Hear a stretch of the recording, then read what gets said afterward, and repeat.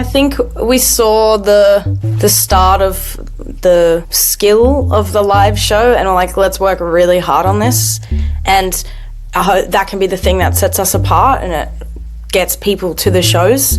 Because streaming the music's obviously really nice, and I wish people would do that more. But the bodies in a room is the coolest thing I think about being a band. It's a very confusing time. You're finding yourself, you're finding who you are and what you would do if you met your younger self, if you would still like that person, or if you wish you could just go punch them in the face or, give them a hug. There's all this different stuff. And I think something I love about the drums is it just keeps going and it just keeps driving. For a long time, I've been the only girl in like a 4-band lineup, which sucks. And I think that venues and bookers need to make more of a conscientious effort to actually have a diverse lineup, not for the sake of, looking good, but for the sake of hearing different types of voices and people on stage. And having those different types of people on stage will bring in different people into their venue, and that is like a net positive for them.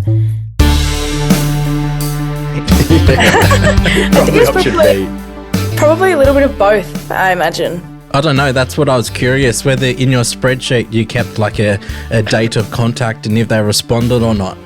Put a little black mark next to their name. That sounds like Cameron Smith level of organisation there, I think. Yeah, I get pretty anal about this kind of stuff. It is Josh very can attest satisfying. To that. But you are hearing the lovely voice of Allegra Pizzullo, frontwoman of Sydney band Kitty of the Valley, and Josh Blythe joined us as well. So we've got, and actually it's probably a good place to start with you guys as well.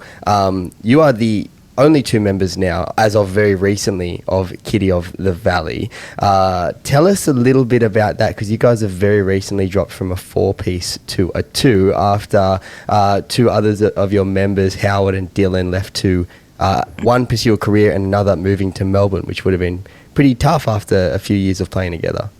Yeah, Howard and I started out in the beginning of 2023, and our dads have known each other for a really long time. And we started playing with his brother, who's a drummer, and then his brother was friends with Dylan, and then Dylan usually plays guitar, but he picked up bass I think he played bass, but he committed to the bass to be in the band. And for the first year we were a band, we kind of just jammed, and we were not very good at all, and we would all agree on this. We tried to pull together a set, and then I remember pitching to like Rambling Rascal, which is this like dive bar in the city. And we'd never played a gig before, so we sent these really bad videos of us playing these covers. I think one of them was a Spiderbait song. And watching back, they're really quite humbling. So eventually we started playing gigs at the beginning of 2024, and then our old drummer Will left, and we were joined by Josh. But we were already friends, so it's sort of like a no-brainer, and he's very good, so that helps as well. And then, Howard and Dylan left in April of this year, and since then, I said we were going to take a break, and we didn't. We are still playing an unnecessary amount of shows, I think. But we've recently been joined by Ben, who plays guitar, Elisha, who plays bass, and Anwin, who plays the synth. That's a cool new texture to the band.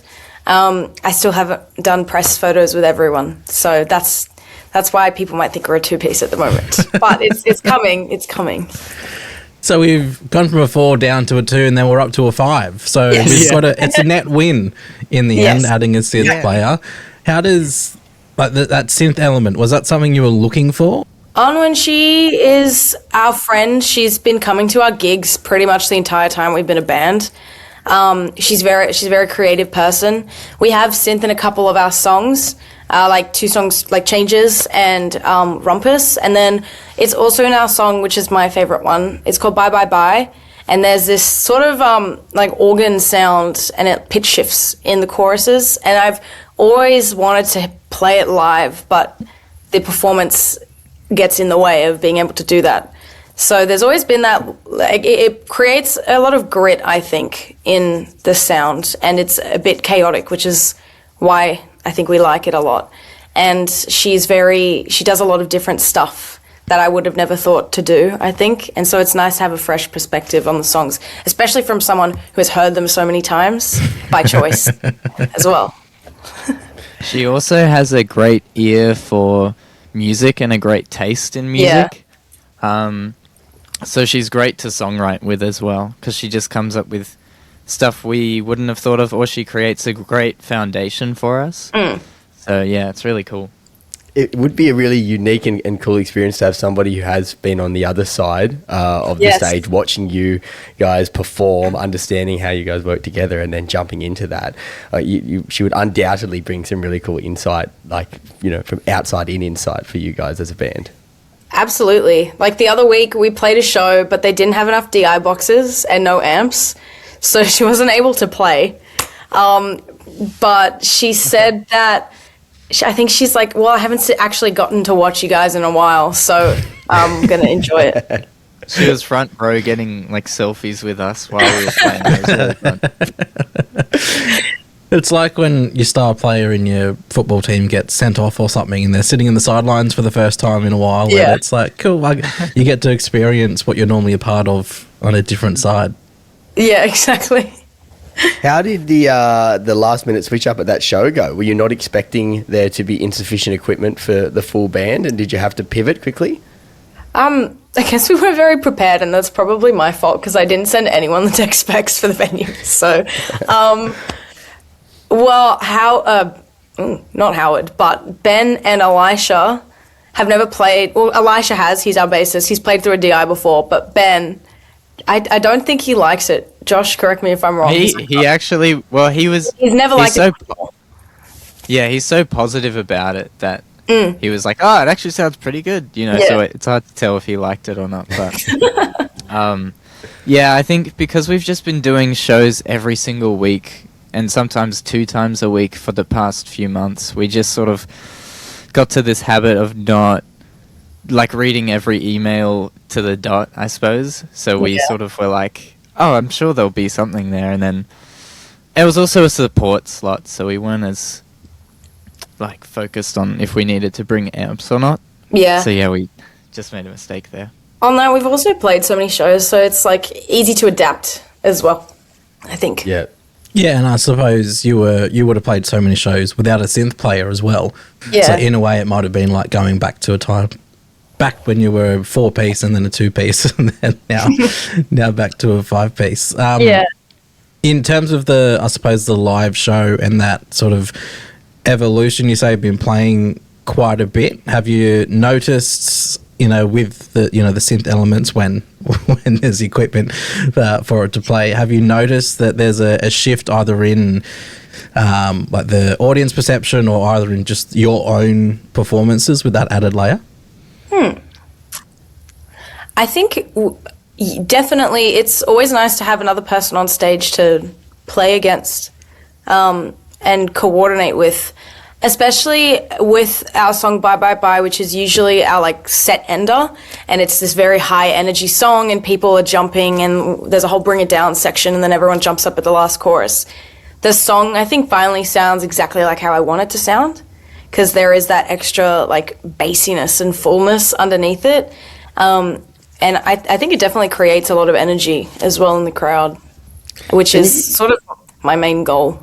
Yeah, I was going to say, based on some of the videos I've seen, I haven't had the chance to see you guys live yet, but some of the videos and like, I don't know, just the general rep, the comments about you guys is that the live show is phenomenal. So was that always kind of a centerpiece of the band, or an aim to be the centerpiece of the band as you were forming? Because you mentioned it before, you haven't been around, you've only been around a few years, but you've built quite a following and a reputation in that time. So was, the live show always kind of part of the plan of being central to it, or is it just naturally how the band's evolved?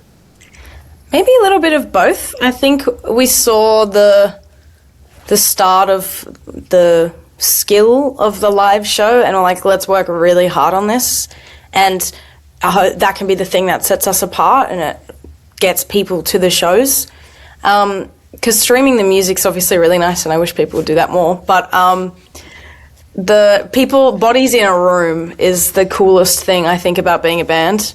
I personally sort of grew up doing like musical theatre a lot in high school, so the very audacious performing was always a part of my DNA as a musician. I think that's impacted the band well in some capacity, and I know Josh is like breaks his back trying to be really animated when he drums, which I do not envy him for. Yeah. I think our live shows are so special, and I love seeing shout out to Zoe Cooper and her dad who come to every single show, and I love seeing that, like a daughter and a father going to shows together. It's so special. And our live shows sort of create this community where people can, dance and be free and have fun, and I think it's something we are so passionate about. And every show is different. I love that the most about it, is that especially in the improvising sections, it always feels like we could fall apart at any second, but we're also trying to hold on, and that's really fun. I love that so much. So the improvising sections, talk me through that. Is that a planned stage in every set? You're going, at this moment we're just going to improvise? Is it a particular song? Is it something that you're just challenging each other to do to try and create new stuff as musicians? Tell me about that. I think, Ben and Elisha, our guitarist and bassist, we went to uni together, and we have like other projects together, and so we're so used to just jamming. And something I used to love doing with them is I would throw in some weird time change or something like that and just throw them in the deep end and see if they can pick it up. And so our last song, there's sort of this section right before we get everyone to get down that I like to sort of throw that in for everyone to play around with, and it's really fun. I think that's probably the most like obvious part where we're gonna improvise. There are some songs where I'm like, I want to completely honor the recorded version or the original idea behind it, and then there are some songs where I want it to feel like we're breathing with the room a little bit. Yeah, I think we tend to shape whatever we're going to play that day based on how we read the room prior to going on stage, because sometimes it's a more mellow crowd, so you play to that. Other times they are mellow and you're like, I got to try and get them out of their shell. It's like a challenge for me. I remember, I think we were playing in Newcastle, and we'd only ever played in Newcastle one time prior. So, we were fresh. And it was with, I don't know if you guys know Soy Boy. They're great. They're a great band from Newcastle. Bell ringing. But they're very good. Okay. And it was their final show ever, and no one was there for us except for a couple of our friends. But it was my mission to convince the crowd to like us. So even though they were a bit more mellow at the beginning, I'm like, I have to amp it up. And I think they took to us nicely, which was good. And I think other times a lot of people come to our shows because they know it's going to be like fun, because I'll sweat as much as a crowd sweats, and Josh will sweat as much as a crowd sweats, and the rest of the band, obviously. So, yeah, it's nice to work the room, I think. And you mentioned your musical theatre background. That probably aids you in that too, because as you said, theatre is very much you're performing in front of the audience. So the audience is very much, your barometer as to how the performance is going. Yeah. But I also suppose with theatre, you're pretty locked in. Like you can maybe fluctuate the way you deliver the script, but you still have a script. Whereas in music, you can sort of, all right, let's just improvise this section, or let's do a whole drum breakdown. Let's change the key. Let's change this. Josh can be a little devil on the drums and completely screw everyone over, which is the power that the drummer has in the band. You've got to do something. But yeah, that musical theatre background, do you think that helps you a lot when you're trying to engage a crowd who may not necessarily be feeling it right from the start?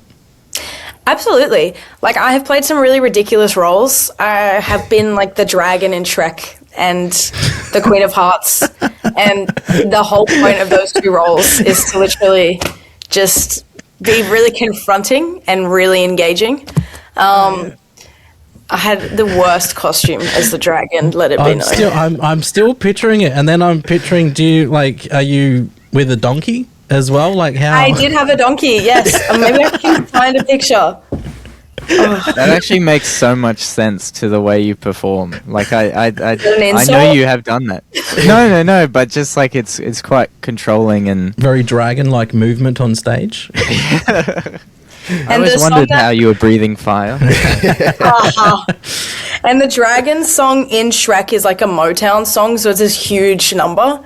So I have had a practice with sort of embarrassing myself on stage, and so I don't feel particularly self-conscious when performing, which I think is what holds a lot of people back.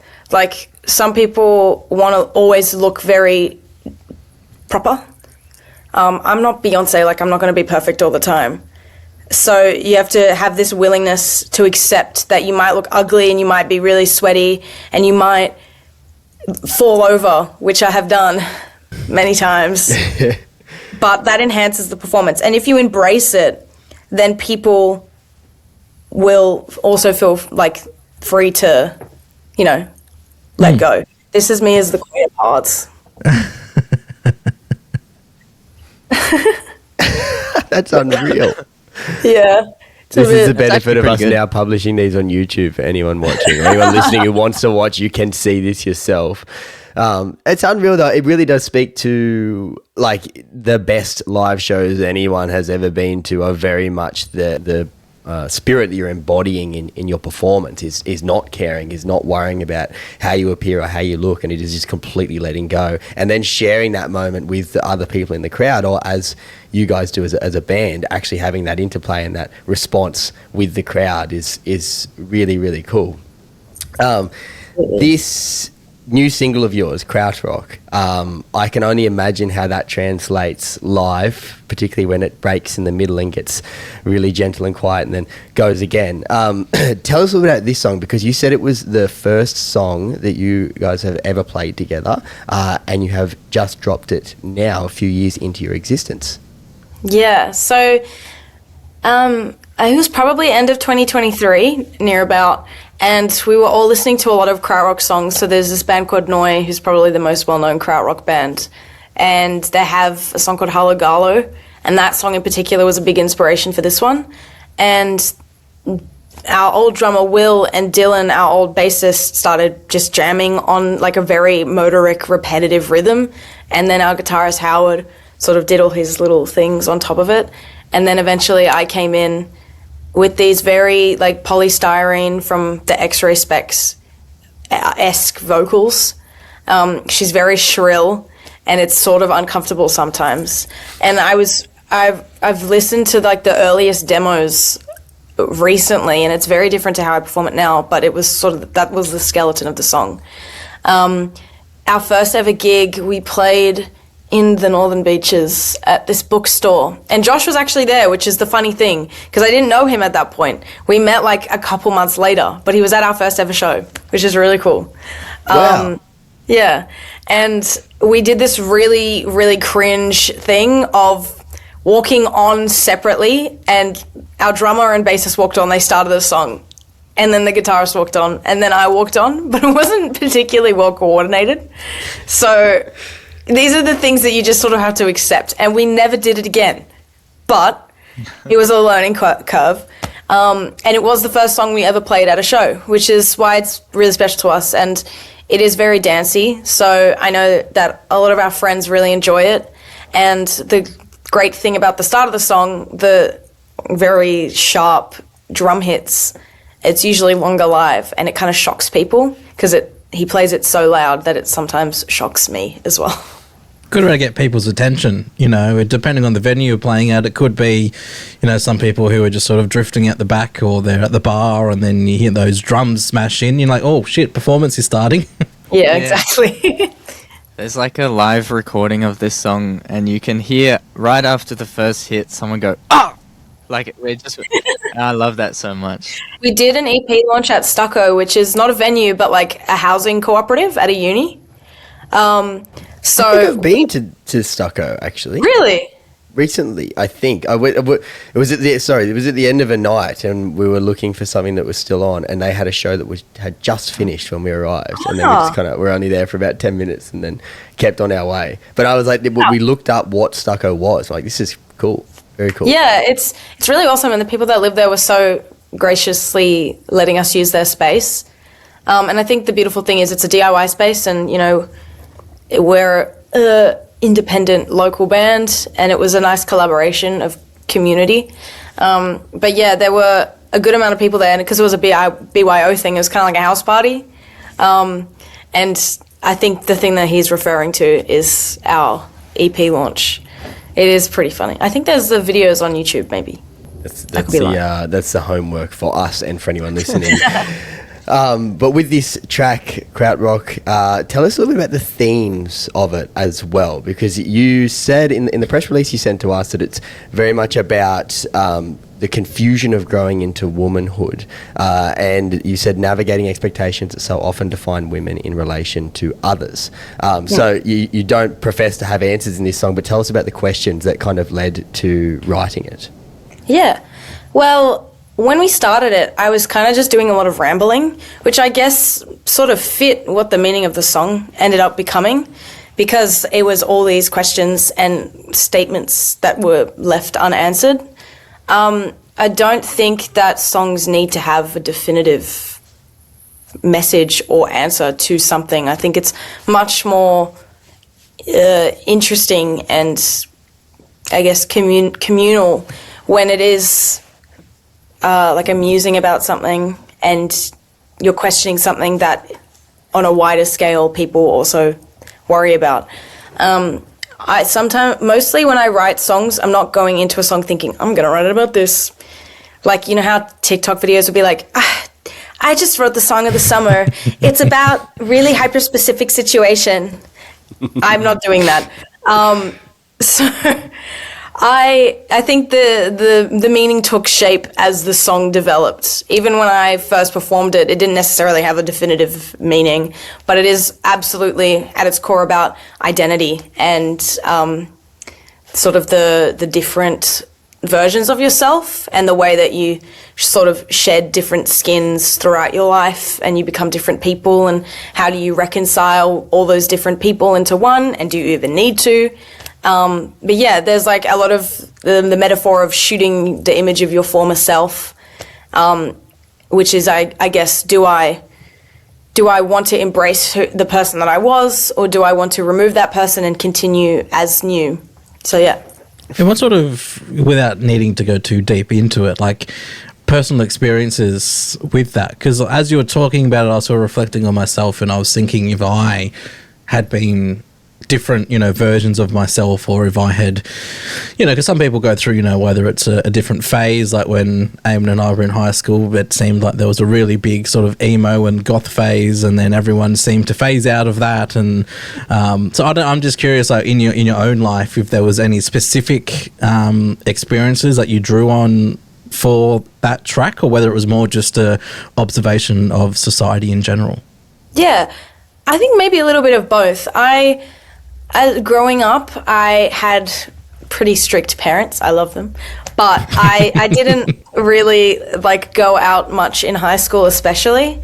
So I wasn't really exposed to, not sheltered, because, they taught me a lot and I had access to the internet from a very young age. So that taught me, I learned a lot about myself through online communities as opposed to in-person communities, just because of the nature of my upbringing. But as I became an adult and, my parents started to lax a bit, I got to experience all these different things and different people. And, you change who you are based on the people that you're around. And that's not a bad thing. Like, I'll speak to my students differently than I'll speak to my friends, and I'll talk to my parents differently than maybe I'm speaking to you guys. And I think that's a very interesting thing about growing up and just being a human, is the different versions of ourselves that we have simultaneously, and then in the past and in our future. So I guess, being able to discover myself by being able to actually go out more has influenced my perspective on identity. Are you only your eldest child? I'm an only child Yes, okay. to WOG parents, who I love. But I was just thinking, like, being more restricted in what you could and couldn't do definitely isn't a youngest child trait, I feel. No. A lot of youngest children are just, the leash is taken off. Have fun. We can't be bothered to do it anymore. I had 2 cousins that I basically grew up with. They're 1 year older and 2 years younger than me. And the youngest of the 3 of us is definitely the wildest of the 3 of us. Yeah, it checks out. Some stereotypes are true. I'm fascinated also in maybe your philosophy around making music as well, or the music that you make, because how you described the track before from its inception to now is very much as if it's a living, breathing thing of its own that has phases of its own and changes itself, both in your interpretation of it and maybe in that of others. Is that kind of a general philosophy you take to your music? Because I know some artists are very much, this is what this song is about. And this is what it meant for me at that time, and that is final. And others are much more interpretive or open to it changing. So where do you land in that spectrum? Yeah, I think that both sort of perspectives are very interesting. I personally think that as my life changes and I have different experiences, that the song will take on a different meaning, and I'm okay with that, and I can apply the song to different situations, and I hope other people do as well. Like, we have a song called Lush, and based on, it was intentional, the way that I've written the song, it reads like a love song, but it is the furthest thing from it. It's not even about another person, it's actually about me, and the person I'm in competition with is the version of myself that people perceive. But I've had people come up to me and be like, you know, it's connected them in their relationship, or they felt something about it in themselves, and I'm perfectly fine with that. I don't need the satisfaction of someone else acknowledging what a song means for me to have satisfaction in it, I guess. I like the meaning behind that song, competing against a version of yourself that either you or other people in your life are, you know, perceiving you to be. That's a really interesting concept. And in terms of writing that song, you said it was a deliberate choice to make it sound like a love story or a love song, but it's not. How difficult was that process? At that point, I'd never been in a relationship. And I honestly, even now, I don't have any desire to write like a love song. It's just not for me. Some people will find a lot of value in it, but I don't need that. But with Lush in particular, I've listened to a myriad of love songs in my life, so it's sort of I know what the musings of a love song are and the wordings, and it's very lyrical, not obviously in the sense that it is literally lyrical, but lyrical in the writing style, and quite romantic in not necessarily a love way, but in the romantic era sort of way of writing. It's a bit verbose maybe. But I guess I wanted to make it as close to being a love song as possible, but then you actually read into the lyrics and you realise it's actually not particularly a positive song. And I think it's fun to do that sort of push and pull, you know? Yeah, absolutely. And Josh, how do these elements of the tracks resonate with you as well? Because you're so instrumental to the like the sonic delivery, but maybe you're not writing the tracks themselves. But then, as Allegra's just kind of mentioned and we've discussed it can be so many things. The tracks can be so many things. So I imagine to each band member, each track would be its own thing. Is that a fair assumption? Yeah, definitely. I think when I first joined the band, I had all the lyrics printed out and on my snare drum, and I was reading along and trying to maybe convey, like, honour Will's drumming and also honour the lyrics. That's something that's always like a huge factor in it, and you can hear like the different, like, since we played it so much live and stuff, I've been listening to Allegra's vocals, and there's times where I'll hit right in time with her vocals, or we'll get quiet together. It feels like from a drum perspective, yeah, it's like a conversation. And I think the other thing that I love about these lyrics is, like, it's a very confusing time. You're finding yourself, you're finding who you are and what you would do if you met your younger self, if you would still like that person, or if you wish you could just go punch them in the face or, give them a hug. There's all this different stuff. And I think something I love about the drums is it just keeps going and it just keeps driving. And no matter what sort of confusion you're in, let's just keep having a fun time. Like, it feels like a very fun, dancey groove that sort of just, no matter what's going on, you can still get through it a little bit. I don't know, that's what I think. Yeah, I was going to say, if you want to continue that metaphor, like the drums are something that's consistent and, when Allegra or guitarists are taking a bit of a breather, you're still there at the background, just still chugging along. You're keeping the beat, you're keeping the tempo, and it's almost like the drums are the thing that, gets you through the difficult times. It gets you through the song, and when you stop, that's when the song stops, and when you start, that's when the song starts. It's almost, you can continue, if you wanted to, that metaphor a bit further. I like that a lot. 'Cause I think for me as well, like, no matter what I'm going through in life, the drums have always been there. So it's quite a nice analogy. That's really cool. It's lovely, and I think maybe we haven't asked enough drummers this question, but the first to kind of say that you had the lyrics there and you're trying to kind of honour the lyrics with how you play and feel the emotion of the lyrics with how you play. Is that how you've always approached drumming, or is it specifically a Kitty of the Valley trait that you've developed?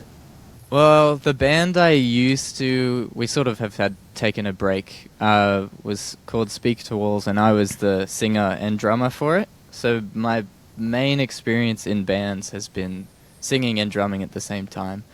So I always sort of, they sort of really do connect quite strongly together. I don't know how many drummers do read the lyrics while they play, but I think it just absolutely helps you connect more. And like, I've noticed, like, when we jam and we're sort of playing around in a room and I can't really hear Allegra's vocals or her lyrics, I get kind of almost lost. I'm like, well, where are we going, what are we doing, so it is something that's super important to me. It's funny that, because normally it'll work the other way around. If for whatever reason you can't hear the drummer, you're like, oh, we're all out of time, like, we're going to lose ourselves. But here you are, the drummer, saying, if I can't hear the vocals, then you yourself get lost, because it's such an integral part to your drumming. The drumming and singing at the same time thing is something I'll never get my head around. Even playing guitar and singing at the same time is hard enough the few times I've tried it. How do you drum and sing? Because those are, like, the drumming is very, keeping the tempo, as we've discussed, but singing, you can take it anywhere you want. I mean, I love it. I think drumming, to me, I've just been playing drums for so long that I don't. And you do really it a lot every week as well. Yeah, because I teach drums. It's just like I do it every day. It's to a point where I'm not really thinking about that. I try to think more about the vocals. But my favorite drummer, especially growing up, was Taylor Hawkins, and he sang and drummed so much, and he had his solo band where he would do that all the time, but he also did it, in the Foo Fighters concerts and stuff. But I just was so inspired by that. I was like, wow, you can lead a band from behind the kit, and that's really cool. But I much prefer working with Allegra and not having to sing, because there's so much more weight on you, because you're kind of two of the, you're the backbone and you're the leader. So it's just like, yep. Yeah, it was just so much pressure after a while. Yeah, so you're happy sitting at the back of the stage on the drum kit, as opposed to, trying to be the front man at the same time. Yeah, definitely. And I imagine it would allow you to just go that bit more ham as well. Like, as you kind of referenced at the start of the chat, you can't throw yourself around too much if you're trying to sing at the same time, although Allegra, you may disagree. But like, in terms of drumming and how much exertion goes into that, does it allow you to just rip in where you might not be able to if you had a mic? Yeah, because like one song in our old band set, Ben would sing, and I would take the mic away and just really rip in, and that was my favorite part back in the day. So my back has been genuinely just so bad in recent years. I just have a back brace during shows, genuinely, and it's helped me so much, because I love throwing my whole body into it and just walking away being like, wow, I totally just beat myself up. It's just so much fun. And I just love it so much. You probably feel like you just, played 5 games of footy back to back or something by the time you walk off stage. Like, your arms would be so sore, like your legs, your back. I mean, I get a sore back sitting on a stool or something that doesn't have a backrest after like 10 minutes. I don't know how you're sitting at a stool playing the drums for as long as you do, but I suppose it's a little bit conditioned.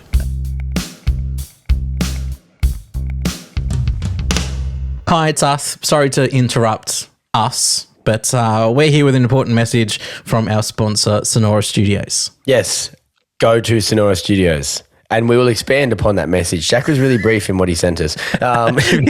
It was just all caps, go to Sonora. Well, take that advice if you want. But if you are a musician or a music producer and you're looking for a space to record your work or record the work of others or work out of, we would like to highly recommend Sonora Studios in Tuggerah for you to do that. It's a fantastic space curated by Jack Negro. Very welcoming, unreal place to record out of, at least for podcasts, but we know based on all the musicians we spoke to that it's fantastic for music as well. It's got everything, a very well designed, well thought out place with some of literally the best producers in the country and some of the best bands in the country frequenting it. So do check out Sonora Studios if that is what you're looking for. Allegra, you're obviously frontwoman of the band, but also playing guitar as well. Sometimes. I try. I do play bass, yeah. I think bass is more up my alley. It's easier than playing guitar. There's bassists out there cursing you right now. The most basic level bass is easier to do than the most basic level guitar, which is where my skill set is. To any bassists that are listening, I mean no offense. We're no good at maths on this podcast, but I mean, you've got 4 strings and not 6, so just mathematically there's less and notes to play. And they're thicker as well, and I have very double-jointed fingers, so yeah, it's interesting. We often, because venues don't like putting fans on stage, so we very often come off being drenched in sweat, which I guess means that we played at a good level. But another thing is that I'll like slam my knees into the ground. Ouch. And then I'll pull up my pants afterwards and look at my knees and they're covered in bruises. And I'm like, I did that to myself. Need to get some knee pads. And it's a fashion statement as well. Yes. See, it works both ways. But it's like battle scar type of things. It makes it worth it, I think, because I've proven to myself, see how hard you've pushed yourself and you've made it worth it and people enjoyed it. So, and I think you're absolutely selling the live show if anyone wasn't already convinced, because if these are the lengths that you're going to for performances, I can only imagine what it's like in that room. We've got you right now, I noticed, and this is if streaming dates are to be trusted, that we've got you nearly exactly a year since you released your debut EP Second Nature. Really? According to the streaming data, it was released on August 12 of 2025, so we're 6 days off apparently, but I will let you guys confirm or deny that. I think I wanted to know how that's sitting with you a year in, and like how the response was initially and how it's sitting with you after a year with it. Yeah, it's interesting. A lot of the songs on that EP are sort of a mainstay of our set, so they're always we're always trying to breathe new life into them. And a few of them were songs that we'd had for a while as well, so it was nice to sort of let them off. I guess as the band has sort of changed, maybe we haven't paid enough attention to the EP. Thank you for reminding me, because now I'm going to make a post about it eventually. But yeah, the songs on that EP, it was sort of like a concept EP about childhood and, young adulthood. And I think I've somewhat grown since then. It's nice to look back on. I still definitely connect with the songs, and there's songs like Changes especially definitely connect with a lot of people. Like, sometimes we won't play it in a set, but we'll have time and I'll be like, oh, do you want to hear Changes? And people will cheer out, and it's really affirming. I'm glad it's also connected with people in different ways, even if it's only like 5 people that really connect with it. it still means something. And yeah, it's very personal. So, I have to think about that more. And a milestone is your first kind of body of work as a band as well. And as you just release your latest single, which at time of recording dropped 3 days ago, Crowd Rock, are you planning another body of work? Is this going to form a part of that? Do you have visions for the future, or is this going to stand alone as a single? This song is the last song of our old stuff that we'll ever release. So it's maybe like an end of an era type of thing. And then hopefully we can sort of reset and come back with all new tracks, new image. And it's nice to have a reboot just because, especially with gigs, we've been grinding very hard for like a year and a half. And we're sort of taking a break at the moment. And yeah, it will give us space to sort of reinvent ourselves a little bit, which I think it's time to do that. I want to go back to your live show just for a second. You're talking about how integral it is, to your band, and how much you enjoy it as well. But I'm curious, in the modern era where there is AI rampant throughout every industry, but music as well, it's becoming more and more. The number one song on the charts for the last month or so has been allegedly AI. Don't know if that's been proven or not. It's been confirmed, I think. Yeah, there you go. I was going to say, there's that much smoke, there's got to be fire. But not even good as well. Oh no. No. For you guys as a band, like I say live set can't be AI, but we've also discussed a story somewhat recently about Good Intent when they were booking there was an AI artist in Sydney. So I suppose live music isn't immune to it, but do you see it as an avenue? And you're talking about you falling to your knees, or you might fall over on stage, like those little imperfections that are like, hey, we are human, like it's a very human experience. Is that also part of what you enjoy about performing live? Absolutely. I like being a part of the audience, and I think it's a very symbiotic relationship. Like, I'll perform a certain way, they'll respond, I then shift my response based on however they're responding. It's really cool to connect with people in that way and like get them to sing a lyric or go up in their face or hold their hand. Like these are things that you can do, but I think in a performance context it's just so alive, and AI will never be able to replace that. So I'm not worried in that sense. And I think it's almost a leg up for us that people are able to come to shows and feel so much adrenaline and so much sweat and rush and other bodies around them, and it's really cool. Yeah, I'd like to see AI sweat on a body. Josh, what about for yourself as a drummer? Because I imagine drum beats are something that have, I suppose they've already been somewhat automated for a while before AI got, as big as it is. How do you sit with it?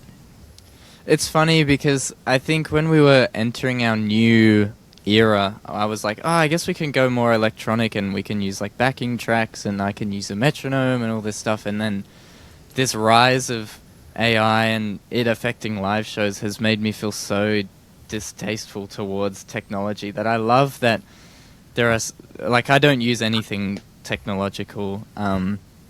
And I like that some songs are going to be way faster this show and then they might be slower in this. I like that there's such a human element, or I might drop a drumstick and it might, there's all this sort of stuff where there's room for error, and I think that's such a lovely thing. There's way more stakes in that.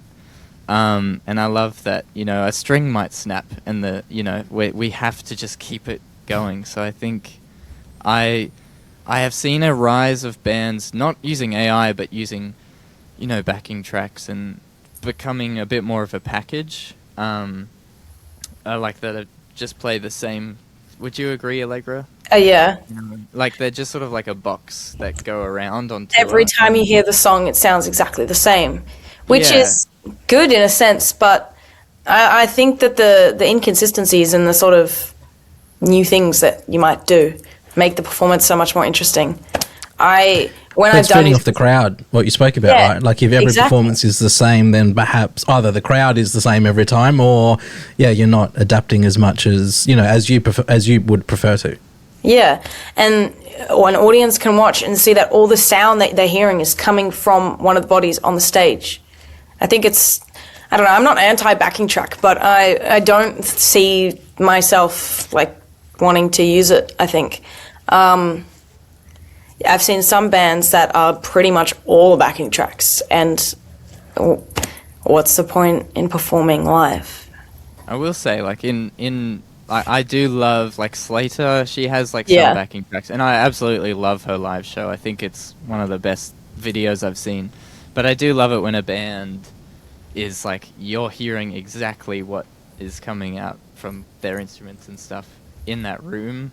And it's always so exciting. I hate to bring up Geese, but, like, in there, they have a song, 2122, where halfway through they drop out and they play a random, like, cover. Like, they played Baby by Justin Bieber at Coachella. And I just think, like, that room got to hear that thing, and then another room will hear something completely different. So I love an authentic, different show every time. I love it too, because you get to say, at my show they did this, and then someone else goes, well, when I saw them they did this instead of that, and it sort of becomes if you were in the room, you got excited by that moment that was uniquely yours. Like, even though you might record a performance and put it up on YouTube or whatever the case is, like, you've got your performance and then you've got the performance that everyone else sees, and there's something special about that. And that's what I love about going to a gig as well. Those little elements or interactions perhaps with the artist and the crowd that you go, oh cool, that wouldn't have happened in Melbourne, I got to see that here. Yeah, it's the uniqueness. And I think if you wanted to hear the recorded version, you'd probably just listen. Like, I love the recorded version of a song, and then I'm like, how would that sound live? Like, I can't wait to hear what that is like. You're not necessarily looking for a like-for-like repeat of each track, and hopefully there's a bit more of a yearning for it, I suppose, and the culture that you guys are building as a band is definitely feeding that. I'm curious as well, we do a artist interview, then we do music news week on, week off, and when we discuss the music news, we discuss any range of issues or stories or whatever it is that's affecting the Australian scene. The last one that we discussed, and I'm not sure if this will confuse listeners because of when we're recording this and when we'll release it, but we recently discussed a story that talked about Mosh Pit in Sydney unfortunately announcing that they're going to be closing, and part of that story was that they're actually one of, I think it was only 19 venues in Sydney that had over 100 gigs in the last year. So it's a huge loss for the live scene. And we were kind of speculating and speaking to what's going on here. Allegra, you spoke about Stucco before, which is, like an alternative space for creating music. And I was making reference to some places that I'd been as well, where, they're BYO, they're not within the traditional framework of venue, and therefore they exist outside of it. And I think there's an increased hunger for that kind of stuff because of cost and culture as well, and the two kind of might go hand in hand. But I'm interested really in both of your perspectives as people in a band in the scene in Sydney right now.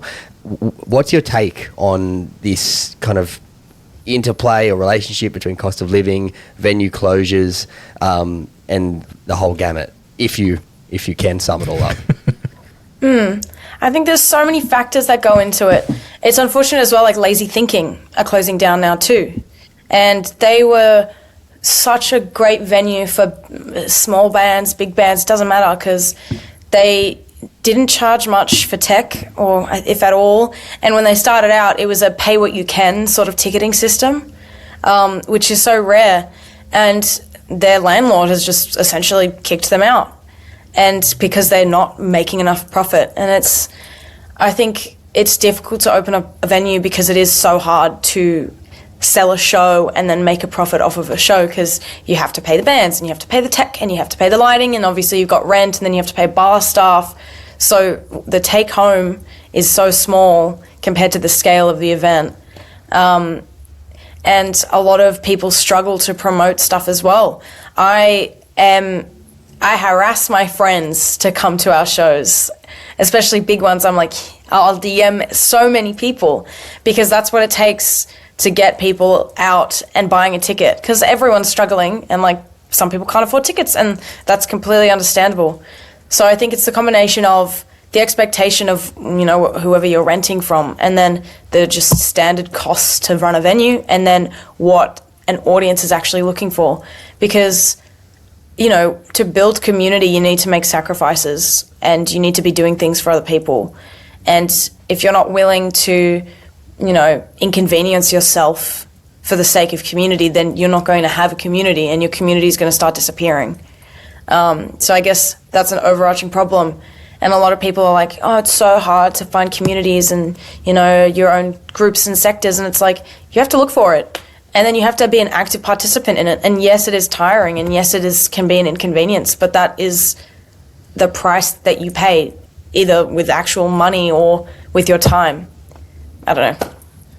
Yeah, the community is something that we've spoken a fair bit about as well. And also just the community of those connected to a venue, and those who would, you know, in the past you just go to the venue because it was your nearest, it was your local, they were putting in live music and you wanted to go see a live show, so you just go down and whoever was performing you'd be happy with because you liked the venue and you liked, you know, live music. But now that sort of community aspect isn't as strong, and then also cost of living is just getting too much, that people are much more considered with where they spend their money, and they can't necessarily go out and see a live show a few times a week like they might like to. They're limited to, you know, once a fortnight, or, you know, whatever the case is.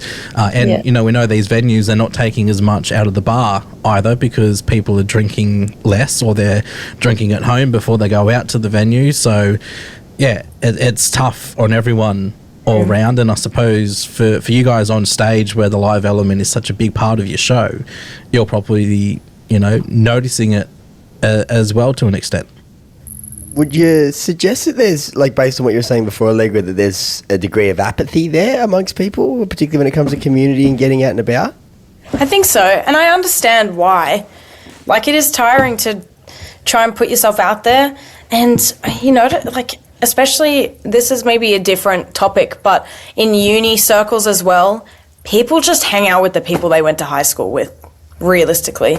And I know that I'm in a degree where there are, like, quite a lot of international students in my class, and I know they talk about how much they struggle connecting with other people, because obviously they're coming to a country they're not from and they don't know as many people, and then the people that they do meet aren't super willing to invite them out to do things. So I think, you know, that's what we would like to do at our shows. I've met people, like, in class and been like, oh yeah, I'm in a band, and they'd be like, oh really? And I'm, yeah, you should come to a show. And I met a few people in an engineering class, and then they came to our EP launch, and it's like, then they made friends at the EP launch. I've had a bunch of friends who have, like, gotten into relationships with people they met at our shows, and that's a really lovely thing. Like, you know, it takes effort to try and build a community, and I'm fine making that effort. And even with my best friend and I, we run, like, an event series. It's called I Got Wasted, and the whole premise is come, make new friends, take pictures, enjoy bands, have fun. And, like, you need more of that. Obviously, there is a sense of apathy. It is rooted in the fact that our politicians are not helping with the cost of living crisis. So it's understandable, but not necessarily inevitable in some way. Yeah, it feels changeable. Like our reflections and my reflection on this are like, we need to change course, because, like, if we just keep going in this direction, it's going to be unviable to do a lot of things. But it's really interesting to hear that perspective. Josh, would you share that perspective or have different insights of your own on that topic? I mean, I don't know if I'm educated enough to know, like, about the specifics of how venues run. I love the mosh pit so much. I did so many open mic nights on Mondays or Tuesday nights, and there's, like, no one in there, or there's people reading a book or something like that, and it just felt so special to get to play. And there were those venues that, and the same with Lazy Thinking, you know, they would take chances with bands who were just trying to believe in themselves, and I thought, I wonder if maybe bigger venues could run, like, an open mic night, but I know that there's expenses, so I just don't know financially how it all works, you know. But it is definitely scary, because I think we're in a position where we're really, really lucky that people do come to our shows and people like our music and stuff.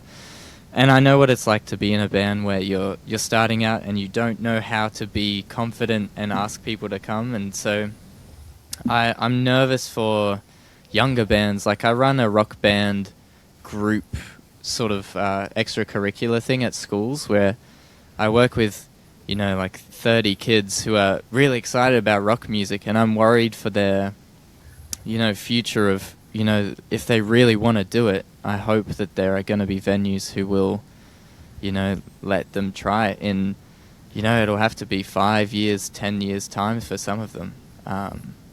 So yeah, it's an interesting time. Hopefully we've got some more venues back and some more starting up in that time, and maybe it's a bit more sustainable for them moving into the future, we hope. Allegra, I was wanting to ask you as well, we spoke with Millie McPherson towards the start of the year, and we spoke with Zoe from The Boys as well, two, you know, female-fronted groups, or the Boys all female in that case. And they often spoke about experiences of trying to book gigs or get opportunities and being knocked back, and it was more often than not because they were female or female-fronted. Have you had a similar experience in the industry based on your reaction to that? The way I was phrasing that question, I'll suggest yes. Yeah, I've been booking shows now for like 4 years, basically. I'm not like the best at everything, but I'm pretty well versed in what I'm doing. I'm running my own event, like that's. But I've had a couple run-ins where people just talk down to me, like I've never done this before, and it's, one, quite unprofessional, and two, it's just really disheartening. I don't let it stop me. I'm very headstrong, so I guess that's a good trait in this aspect, that I don't really let it knock me down. For a long time, I've been the only girl in like a 4-band lineup, which sucks. And I think that venues and bookers need to make more of a conscientious effort to actually have a diverse lineup, not for the sake of, you know, looking good, but for the sake of hearing different types of voices and people on stage. And having those different types of people on stage will bring in different people into their venue, and that is like a net positive for them. I don't know.